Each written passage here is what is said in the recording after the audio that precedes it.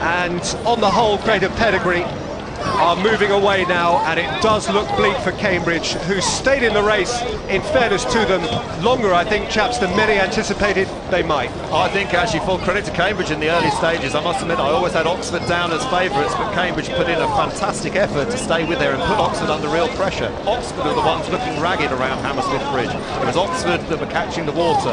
Now, because they have the chance to be ahead, Oxford have been able to relax, they're able to kind of see the opposition. It's Cambridge that have to again try and make the kind of the tough moves, as it were, and it's them that are starting to make the mistakes and catch the water themselves.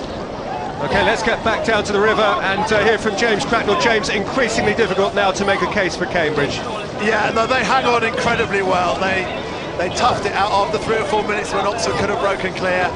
They pushed hard round their bend. I thought the umpire was pretty unfair to them, but now they're going to be feeling more and more tired every stroke, and Oxford are going to be feeling fresher and fresher. And I imagine there's a few calls in the Oxford boat telling them to punish Cambridge for last year's race. Big move actually by both coxes here. We first saw Rebecca down big into the Cambridge. She moved for the inside of the bend for the calmer water. It was actually spotted by the Oxford crew, and they also have now moved in towards the inside, the Middlesex side of the river. I think Rebecca was taking a chance. She knows she's got to actually make a move, so she's gone for the calmer water and the shorter distance, and Oxford were able to respond to that. It'd be interesting because Nick Brodie wouldn't have seen it himself, so he'd probably have to have been the stroke man who had to report what was going on behind him, because both crews moved across. Cambridge first, Oxford then went to shut the door. 5 minutes or so, perhaps slightly less to row now. Barnesbridge comfortably in sight. After it, one more bend, offering advantage to Oxford, who have a substantial advantage already as they pass the bandstand, past Duke's Meadow, in pursuit of Barnesbridge, and beyond that the finish. And the result, in all honesty now, is surely beyond dispute. And it is just pride now, and justified pride, Wayne, which is keeping Cambridge moving. Well, they did a fantastic job. I mean, they were considered big underdogs here, and if they'd won this race, it would have been probably the biggest upset in 20 years. As it was, I was feeling pretty good about their chances at Hammersmith, and they really did throw everything in when they needed to. But I think here in the second half of the race, we've seen a big difference.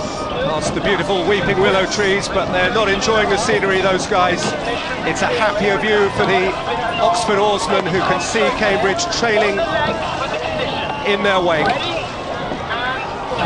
Are there any remaining pitfalls, Tim, for Oxford? I mean, okay, we could look at the water conditions around the corner. We don't know what's going to greet the crew once they turn around this final bend. This Barnesbridge corner is a very tight one, and if both crews were level, it's a real test of the coxes. But at the moment, you have to say it's Oxford who have upped their game in the second half. It's Cambridge that are struggling now because they put in so much effort to kind of stay on and hang on in the first half, that it's them that's starting to struggle.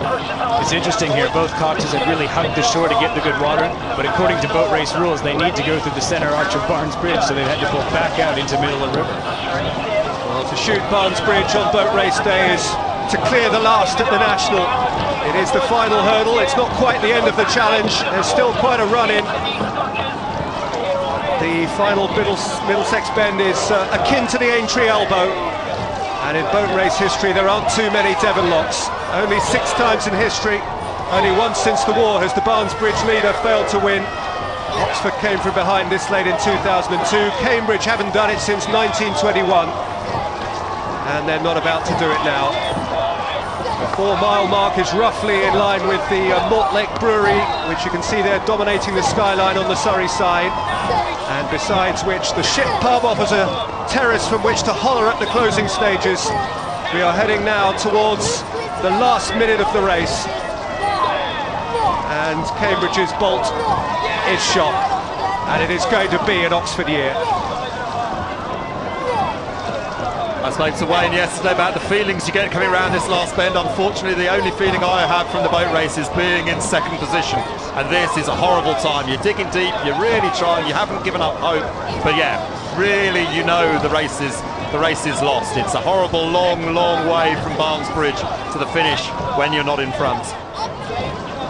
And likewise, being in front, you get to, if you're in front, it's quite nice. You get to enjoy the 6 months of hard work and see the other crew in your wake. It's not as interesting for the viewers maybe, but it's exactly what the oarsmen want. Well, 21st century Oxford are never down for long.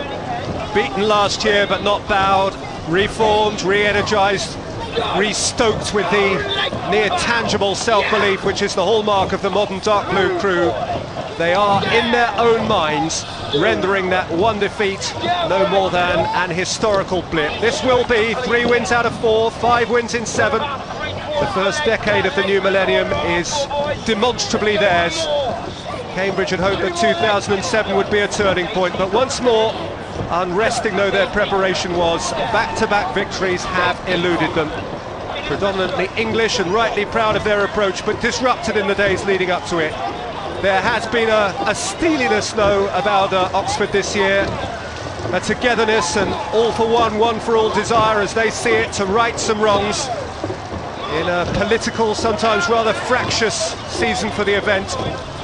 The Dark Blues are getting their way.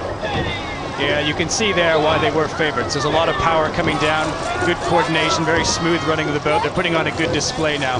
Meanwhile, with Cambridge in the back, you can see that the big efforts they put in early in the race are starting to tell. And an indication of the conditions through which they've had to battle. The time, bottom left of your screen, it's gone way past 20 minutes already. It's a long haul when you think that this course has been covered in a little over 16 minutes, 4 minutes plus past the record time. Yes, I mean, think now you feel good in front, but yeah, you've been working so hard for 20 minutes. It still have the physical effort, but the difference between crossing the line first and crossing the line second is huge. Man for man heavier, man for man on average older, man for man on the day quicker, and on the only day when it really matters, history will record that 2008 was Oxford's year, the year when the Dark Blues bit back. Relentlessly stubborn, imperturbably self-assured, moulded veteran and callow youth together into a unit which delivered on its one and only remit, to win. And what an uplifting achievement that is for the individuals who have comprised that winning team. For Nick Brodie, as Cambridge follow him home, nobly though they have tried. Nick Brodie scarred by exclusion in 2006, by defeat in 2007, but healed by victory as president in 2008. Mike Worley, double Olympian, 3-time world champion, but this was something different, that at 36 he becomes the oldest man, bar none, ever to win the boat race. Jan Herzog, another double Olympian, adds another special line to his CV. And at the other end of the scale, think what this means to the two young sons of Oxford, Ben Smith and Ollie Moore, for whom it is the fulfilment of boyhood dreams. For Cambridge there, disconsolate, the gap in weight and perhaps experience was just too great to bridge. The loss through illness of their stroke Shane O'Mara just 3 days before the race, too disruptive to overcome.